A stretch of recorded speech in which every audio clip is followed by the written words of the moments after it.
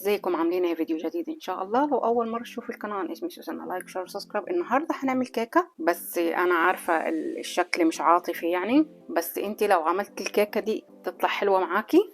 خليكي من بتاعتي يعني، هتشوفوا في اخر الفيديو انا قلت لكم ايه على الكيكه بتاعتي، فمش عايزه اعيد نفس الكلام. فتعالوا نخش في الفيديو ونشوف الكيكه اللي مش حلوه دي طلعت ازاي. يلا بينا نبدأ الفيديو.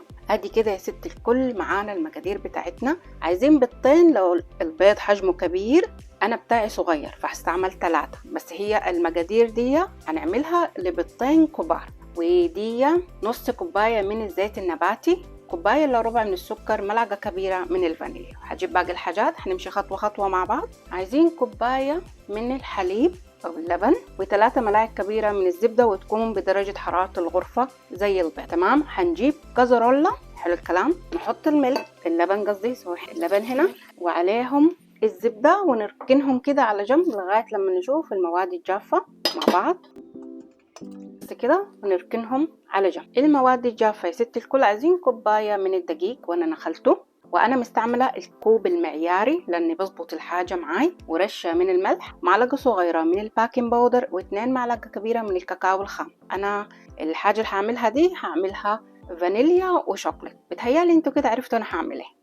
شوفي يا ست الكل، المتاح عندك مضرب، خلاط. انا هستعمل الخلاط بتاعي، فهحط كل الحاجات اللي قلناها، البيض ومعه طبعا الفانيليا عشان الزفاره، فلازم نحط الفانيليا مع البيض، السكر والزيت. وانا هخلط زي ما قلت لك، ممكن تضربيه، ممكن تستعملي الهاند بلندر اللي متاح عندك، اي حاجه ينفع. انا هضرب الخليط ده بتاعنا لمده 5 دقائق متواصله. ادي كده يا ست الكل، حطيت كل حاجه مع بعض. انا فتحت الفرن فوق وتحت، وانا عندي مروحه في الفرن بتاعتي على 170. تمام، يعني قبل ما ابتدي شويه، بعد ما جهزت الحاجات. ادي كده نضرب لمده 5 دقائق.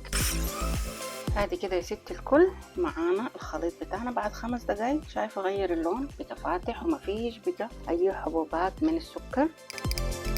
هنجيب الدقيق يا ست الكل ونحطه، وعليه الملعقه الصغيره بتاعت الباكنج باودر، ورشه الملح، ونحرك الحاجات الحلوه دي كلها مع بعض.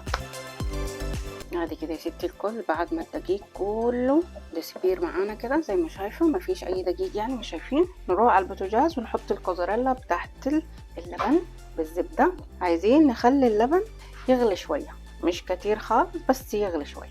شايفه كده يا ست الكل معانا ايه، اللبن قرب يغلي، بس يغلي كده، وهنشيله ونحطه على الخليط بتاعنا.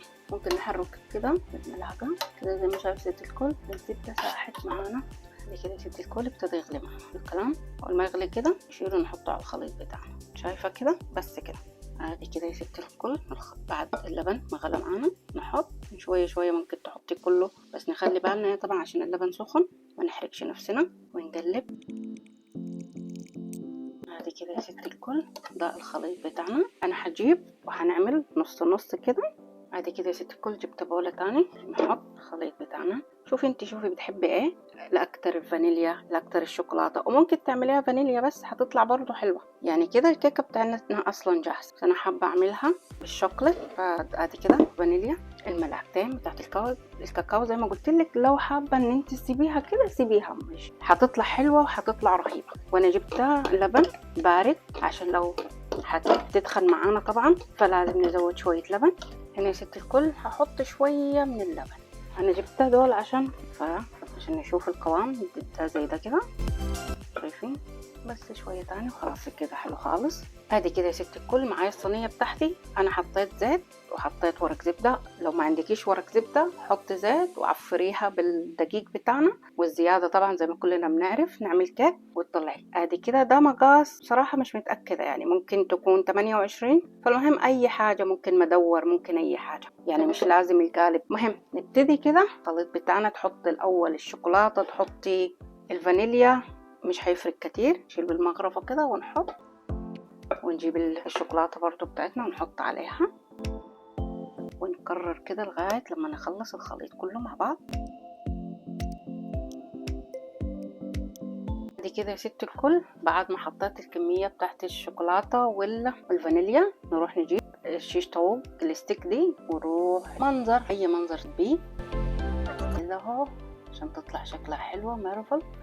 نعمل خط كده في النص، وادي كده شايفه. بس ندخلها الفرن على 170 لمده 35 دقيقه هتاخد، طبعا على حسب كل فرن، بس اديها 35 وبعد كده شوفي. طبعا بالخله هندخل الخله ونشوف، او قبل ما ادخلها نخبطها كده عشان نطلع الهواء، ندخلها واشوفكم بعد ما تستوي معنا. ادي كده يا ستي الكل. الكيكه بتاعتي بصراحه اخذت معايا 55 دقيقه، مش عارفه ليه، يعني يوجوالي بتاخد 35 دقيقه. المهم ادي دي كده الشكل بتاعنا. نقطع كده فالفرن يعني احتمال انا مغيرتش البوتاجاز، هو شايفه كده. شوف يا ستي، انا لما بنزل الفيديوهات بتاعتي بنزل لكم الحقائق. انا الكيكه هنا ما طبتش، ما مش عارفه ليه، يعني اديتها 55.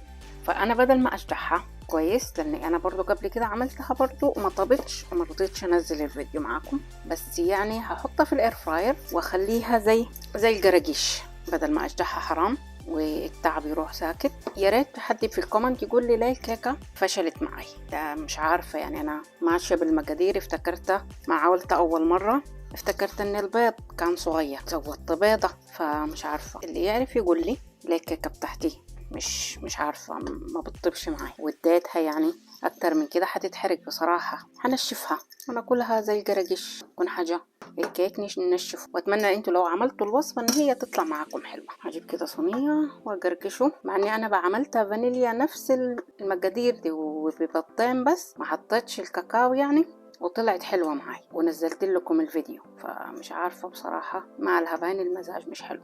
احطها كده في الاير فراير او احطها في الفرن.